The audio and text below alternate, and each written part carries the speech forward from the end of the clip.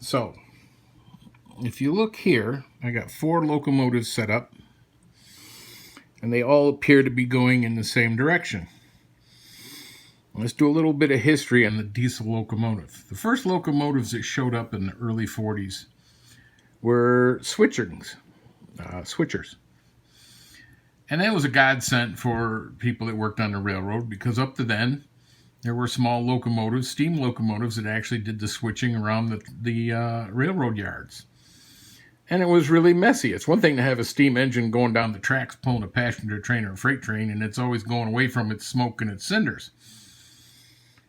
But going back and forth in a railroad yard and shunting and building consist and tearing down consist and moving back and forth a steam engine really wasn't a good thing to use in a railroad yard with all the smoke and the cinders and so the first things that showed up in railroad yards were the diesel electro switchers.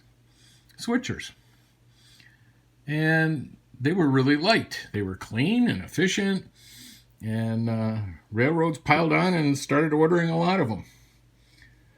The next thing showed up was bigger switchers, what they called a road switcher. Now, a road switcher could do dual purpose, and the railroads liked them when they started developing larger engines that could move more than a couple cars at a time. This is an example of one of the first road switchers. This is called an RS3. There were 2 versions before it, RS1 and an RS2. And the RS stood for road switcher. And basically what this locomotive was designed for was to move equipment around in a railroad yard, build up a consist, tear down a consist, shunt box cars around.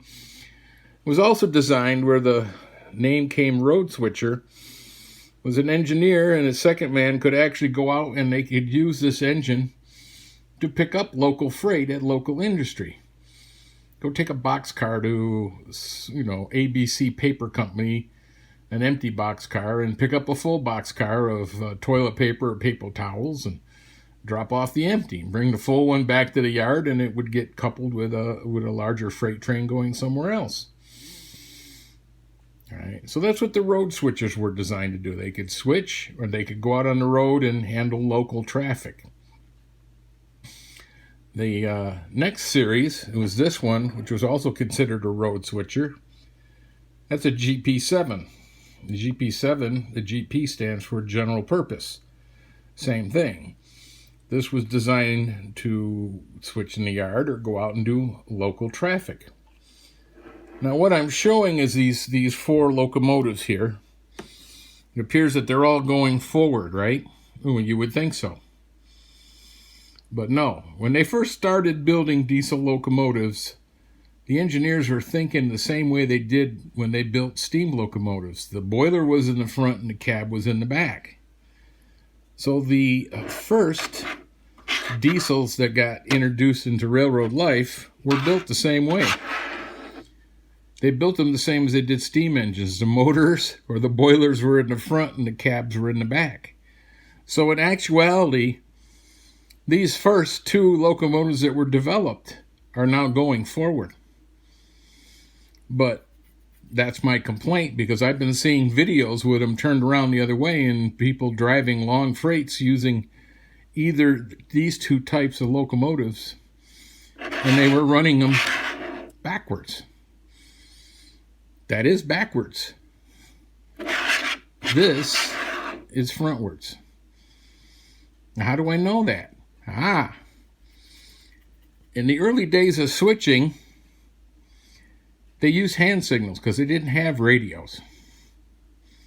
And so that the second man didn't get confused, and because there were some accidents with the guy giving the wrong hand signal and the engineer going in the direction where the second man was telling him to go forward, and the engineer went backwards because the second man was confused in which end was the front of the locomotive. I'm going to show you. A federal regulation was passed that locomotives, we'll look up here at the screen, locomotives had to paint a capital F on the front of the locomotive. Now if you look here, you can see it if I got it in focus. I have to, wait a minute, put my hand in here and force it to focus. There it is. You see the F right there? There's the F down here by the steps. All right, and then we're going to back out and still looking at the camera here and see this is here's the locomotive. This is the cab and this is the front.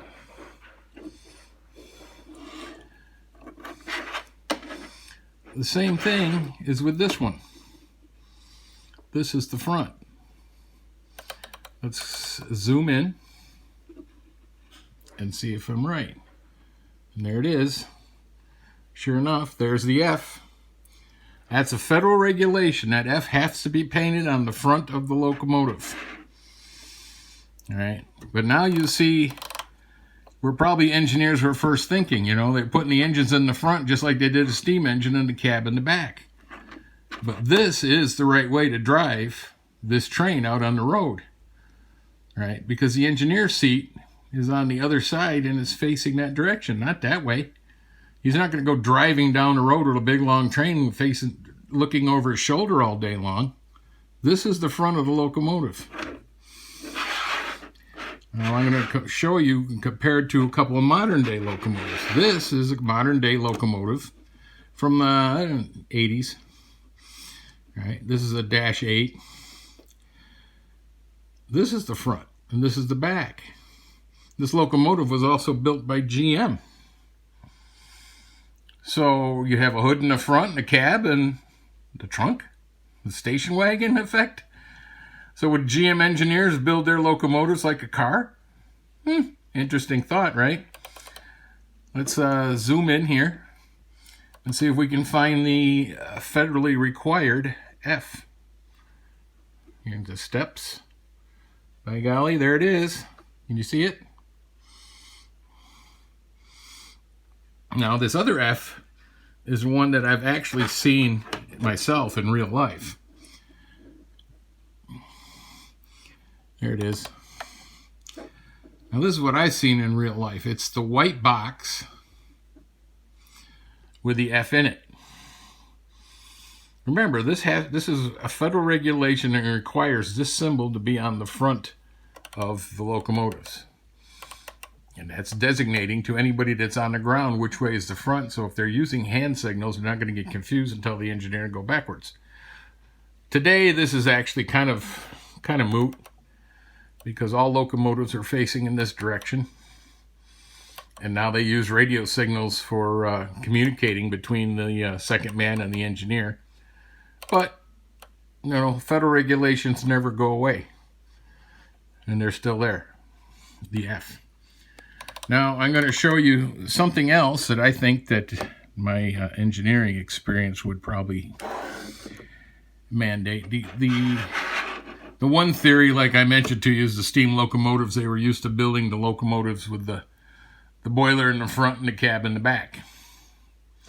I actually look at it more like an mechanical engineering standpoint. If you were driving this way, and this engine was designed to be switching, if you put a boxcar in the front of this and the engineer cab and he's looking forward this way, he's going to have a lot harder time looking for his second man out on the ground because he can't see around the boxcar with his cab so close to the boxcar.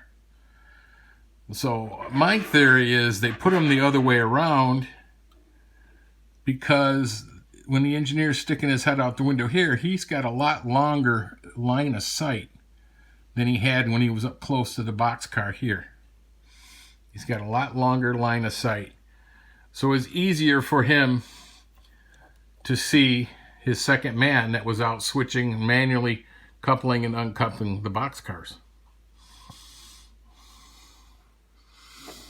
So, anyway, that's my take on people driving their freight trains with their locomotives backwards.